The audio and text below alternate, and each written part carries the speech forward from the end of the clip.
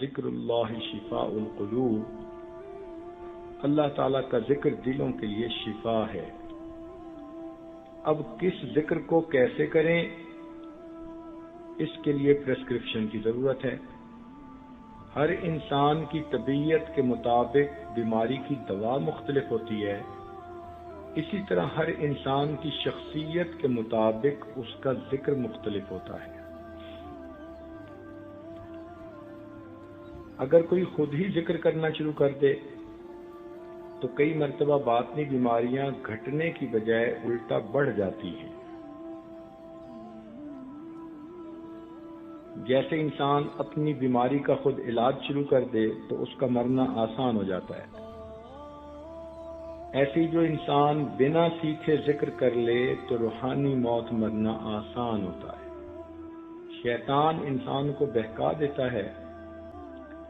ہم نے تو یہاں تک دیکھا کہ کوئی ڈاکٹر بیمار ہوتا ہے تو اپنی دوا خود استعمال نہیں کرتا، بلکہ دوسرے ڈاکٹر کو چیک اپ کروا کے پھر تھرڈ اوپینین لینے کے بعد اپنی دوائیاں استعمال کرتا ہے۔ ہم باطنی بیمار ہیں یا نہیں، اس کی ایک آسان سی علامت یہ ہے کہ اگر ہم لوگوں کے سامنے اور ہیں اور تنہائی میں اور ہیں، ظاہر میں اور ہیں، اندر خانے اور ہیں، اپنے گناہوں کو چھپاتے پھرتے ہیں، تو یہ دوغلا پن بیماری کی علامت ہے۔ ایک دوسری علامت، قرآن مجید نبی علیہ السلام کی ویڈیو تم پردہ کرو، فَيَطْمَعَ الَّذِي فِي قَلْبِهِ مَرَضٌ، ایسا نہ ہو کہ طمع کرے وہ بندہ جس کے دل میں مرض ہے۔ تو قرآن پاک کی آیت سے پتہ چلا کہ جب کسی غیر محرم کو دیکھ کے دل میں طمع پیدا ہو، لالچ پیدا ہو، گناہ کی طرف دھیان جائے، تو یہ انسان کے دل میں مرض ہونے کی دلیل ہوتی ہے۔ جب کوئی انسان دوغلی زندگی گزارے تو یہ دوغلا پن مرض ہے۔ اللہ تعالیٰ فرماتے ہیں فی قلوبہم مرض فزادہم اللہ مرضا، تو یہ باطنی بیماریاں ہیں، ان کا علاج کروانا پڑتا ہے۔ دنیا میں جسمانی ڈاکٹر کو طبیب کہتے ہیں اور روحانی بیماریوں کے ڈاکٹر کو مرشد اور پیر کہتے ہیں۔ اس کی کچھ نشانیاں ہیں، جیسے ڈاکٹر وہی ہوتا ہے کہ جس نے علم حاصل کیا ہو، ہاؤس جاب کی ہو، ڈاکٹروں کی زیر نگرانی رہ کر اس نے اس کام کو سیکھا ہو اور پھر اسے دوسروں کی بیماریوں کا علاج کرنے کی اجازت مل گئی ہو۔ اسی طرح شیخ بھی وہ ہوتا ہے کہ جس نے کسی اللہ والے کی صحبت میں رہ کر اپنی بیماریوں کا علاج کروایا ہو، جس کے پاس شریعت و سنت کا علم ہو، زندگی اس کے مطابق ہو، اور اس کو شیخ نے دوسروں کو اللہ اللہ سکھانے کی اجازت دی ہو، تو ایسے شخص کو شیخ کہتے ہیں۔ اگر کوئی آدمی خود ساختہ شیخ بن جائے تو یہ ایسا ہی ہے کہ جیسے کوئی آدمی ہاؤس جاب کیے بغیر ڈاکٹر بن جائے۔ ایسے شیخ سے یہ تعلق جو اختیار کیا جاتا ہے، اس کو بیعت کہتے ہیں۔ جیسے لوگوں کے فیملی ڈاکٹرز ہوتے ہیں، ہر بیماری میں اسی سے رجوع کرتے ہیں، اور یہی بہتر ہوتا ہے کہ ایک ہی ڈاکٹر سے رجوع کیا جائے، کیونکہ وہ بندے کی فزیکل ہسٹری سے واقف ہوتا ہے۔ اسی طرح شیخ کے ساتھ جو تعلق رکھا جاتا ہے وہ روحانی بیماریوں کے علاج کے لیے۔ جب آپ کسی ڈاکٹر کے پاس چیک اپ کے لیے جائیں تو وہ آپ کی رجسٹریشن کرتے ہیں، ایک فارم بھرواتے ہیں۔ اس فارم پہ آپ کی بریف ہسٹری بھی لکھتے ہیں، قواعد بھی لکھتے ہیں، اور پھر آپ کی ڈائگنوزز بھی اسی پر لکھتے ہیں. یہ رجسٹریشن ہو جاتی ہے پیشنٹ کی کسی ڈاکٹر کے پاس. اسی طرح شیخ کی خدمت میں بیٹھ کے چند کلمات توبہ کے پڑھ لینا، یہ حقیقت میں اس بندے کی رجسٹریشن ہو جاتی ہے اس شیخ کے پاس. یہ ایک باضابطہ طریقہ شریعت نے بنا دیا کہ جس طرح انسان اپنا روحانی تعلق اپنے شیخ کے ساتھ جوڑ سکتا ہے.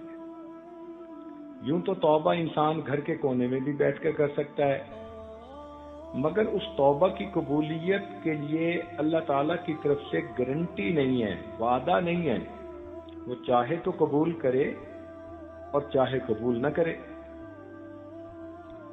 لیکن ایک ایسا طریقہ ہے کہ جس طریقے میں اللہ تعالیٰ کی طرف سے گارنٹی ہے کہ اگر تم اس میرے محبوب کے سنت طریقے پر توبہ کرو گے تو میں یقیناً تمہاری توبہ قبول کر لوں گا.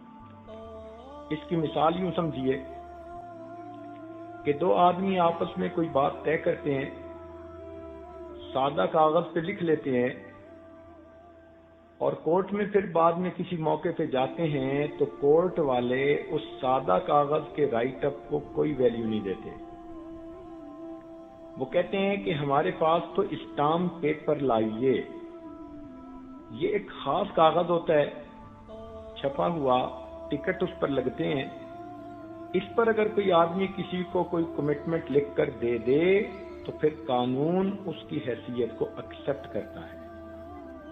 اسی طرح گھر میں توبہ کرنا سادہ کاغذ پر لکھنے کی مانند ہے اور کسی شیخ کی موجودگی میں توبہ کرنا اسٹامپ پیپر پر توبہ کرنے کی مانند ہے. لہذا اللہ تعالیٰ کے ہاں ایسی توبہ جلدی قبول ہوتی ہے. نبی علیہ السلام نے صحابہ کرام سے کئی طرح کی بیعت لی. بیعت کہتے ہیں پوری شریعت پر عمل کرنے کے لیے یا شریعت کے کسی ایک جزو پر عمل کرنے کے لیے کسی کے پاس عہد کرنا، اس کو بیعت کہتے ہیں. جو صحابہ کرام نے مختلف طریقوں کی بیعت لی ان میں سب سے پہلے بیعت اسلام تھی. یعنی جب وہ کفر سے توبہ کر کے اسلام میں آتے تھے تو نبی علیہ السلام کے ہاتھوں پر بیعت کرتے تھے. اس کو بیعت اسلام کہا جاتا تھا. اس کی مثال جیسے بیعت عقبہ اولا اور عقبہ ثانی. نبی علیہ السلام نے ہجرت نہیں کی، مکہ مکرمہ میں ہے. مدینہ کے لوگ حج پہ آتے تھے اور مینا میں نبی علیہ السلام کے ہاتھوں پر اسلام قبول کرتے تھے. اسے بیعت اسلام کہا جاتا تھا. ایک بیعت جہاد ہوتی ہے کہ جب جہاد میں کوئی آدمی اللہ کے راستے میں جان قربان کرنے کا عہد کرنا چاہے تو وہ بیعت کرے. صحابہ کرام نے نبی علیہ السلام سے یہ بیعت بھی کی. اس کا تذکرہ قرآن پاک میں سورہ فتح میں ہے. اللہ تعالیٰ فرماتے ہیں لَقَدْ رَضِيَ اللَّهُ عَنِ الْمُؤْمِنِينَ اِذْ يُبَايِعُونَكَ تَحْتَ الشَّجَرَةِ. تحقیق اللہ تعالیٰ راضی ہو گیا ان ایمان والوں سے جنہوں نے درخت کے نیچے آپ سے بیعت کی. اس کو بیعت رضوان کہتے ہیں. صلح حدیبیہ کے موقع پر یہ بیعت ہوئی. صحابہ کرام کو اس پہ بڑا ناز تھا، بڑا دل میں خوشی تھی اور اس وجہ سے وہ خوشی میں شعر پڑھا کرتے تھے نحن الذین بایعوا محمدا علی الجہاد ما بقینا ابدا.